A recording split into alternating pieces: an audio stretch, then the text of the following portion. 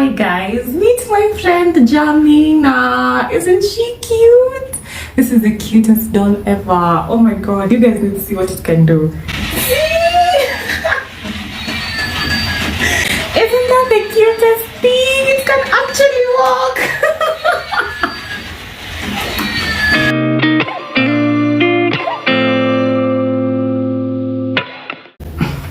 As usual, I'm just being goofy. Hi, welcome or welcome back. If you're new here, karibu sana. If you're a returning subscriber, welcome. Please be sure to subscribe. So today I thought I'd do a story time about a moment in my life that taught me a lot of lessons that I felt I needed to share. And that is, earlier this year, I lost my phone.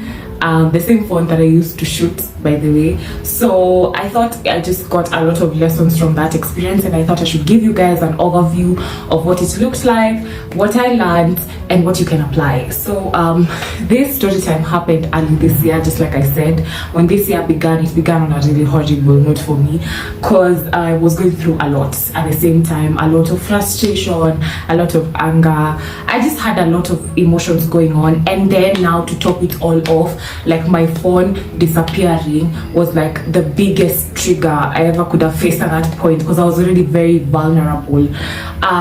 So yeah, on top of everything that was going on, we went to the shop with my friends, because I was at home, and we went to the shop with my friends, and I lost my phone. It just fell out of my pocket, and boom, I'm not seeing it. And we all know that moment after you realize your phone is missing, and you're like, fuck my phone. You know the way there's like a liquid that pours in your chest. I don't know, it's like your whole world stops. Anyone who's lost a phone can relate. And mind you, I had also lost another phone in like 2021, and then I was bought this one. So it was like literally worst timing. For those who don't know, my phone is what I use to create my content. People are always asking me how my content has such good quality. My phone is a Samsung A12, and it has a very good camera quality. So losing my phone at the time was also somehow connected to my content, and it ended up triggering a lot of trauma that I had from the past. You know, a lot of feelings of being neglected, being unloved. I remember I was a hot mess. Like, I even remember when it dawned on me that my phone has actually disappeared when we were with my friends. And I was like, oh my god. You know, I got a panic attack. I remember, I couldn't breathe. You ever try to breathe and oxygen is just not going in, because my phone is like literally what helps me with YouTube. Anyway, so yeah, when that happened, it sent me to a really, really bad place, because don't forget, I already had enough going on, and then now this triggered like everything, and it like exploded in front of me like a balloon. Because I remember I was crying every single day. Like, I was just crying a lot. I would stay in bed and just cry. You ever cry and then you sleep and then you get up and cry again?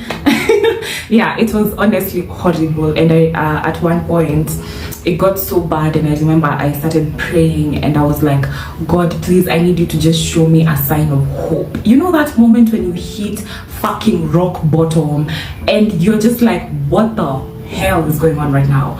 And I literally just, like, I was praying, I was in tears. I'll never forget, I was in tears, and I was just like, God, please, I just need you to show me a sign of hope, a glimpse of hope in my life. Just something, do something to make me feel better, because I was horrible. Oh my god, it was so bad. I'm remembering how I was feeling at that point. I felt so neglected, I felt so unloved for some reason, and this may not be based on facts, of course, it's feelings, right? Yeah, so I prayed that, and I decided to just move on. My cousin lended me her phone. This now decided to move on. I even started shooting content with that phone. I was over it, you know. 11 days later, guess what? Guess who? My phone. I was called by someone, and they had found it somewhere, and I didn't care. I didn't care.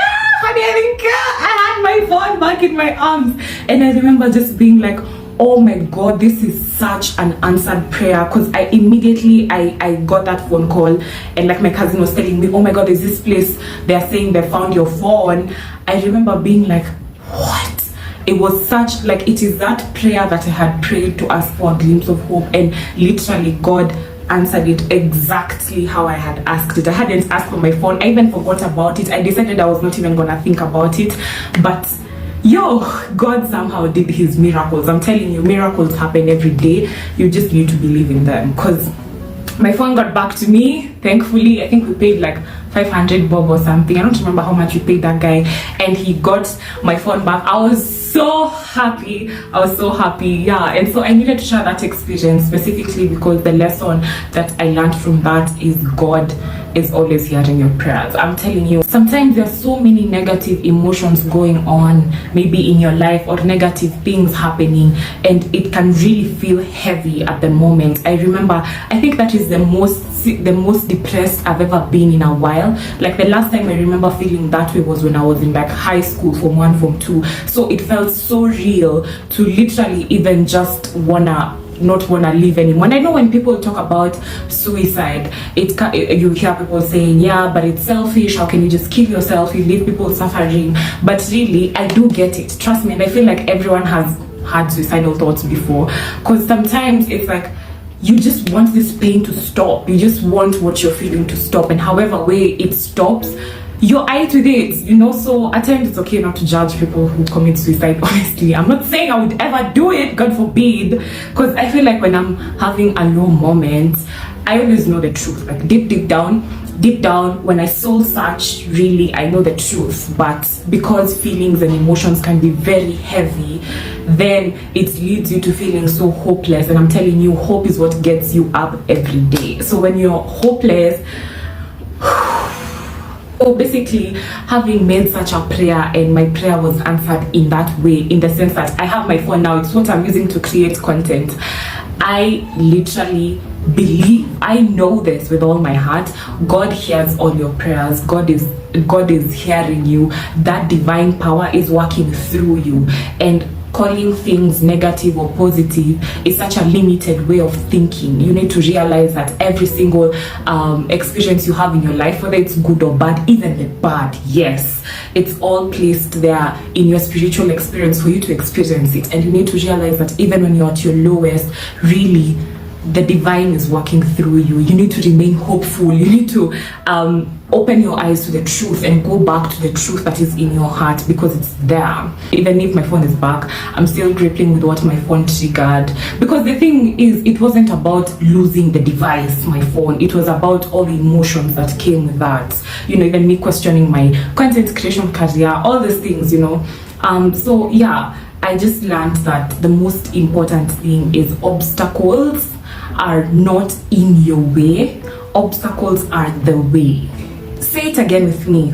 Obstacles are not in your way, obstacles are the way. So when you're feeling bad, when you're trying to find your dreams, maybe you're trying to fulfill what you want to do in this world, and it still feels like you just keep hitting walls, and you know, sometimes there's that feeling of hopelessness, frustration, right? You need to realize that all those obstacles you're going through at that moment are not in the way. They're not standing in the way. They are the way, because as you go through them, you get to learn so many things about yourself and about life. Like, I wouldn't be seated here if that experience didn't happen. And someone might say, but you have your phone back, so what was the need for all that, really? What was the need for all that emotional turmoil? But I'm saying, I needed to go through that specific experience, first of all, to understand my trauma, to understand my abandonment issues, to understand my feelings, you know, better, to understand life better. And now I'm seated here giving you lessons that I learned from a horrible experience. But hey, we moved. And you realize, for the most part, when you move on, 1 year from now, 6 months from now, this specific horrible emotion you're feeling will not even be important. So it's okay to just go through it, go through the emotions, journal about it, try to see what this specific experience is teaching you, and you're gonna be alright. Yeah, so thank you so much for watching this video. Please be kind enough to like, comment, share, and subscribe. I'll see you guys on the next one. Mwah! Bye bye.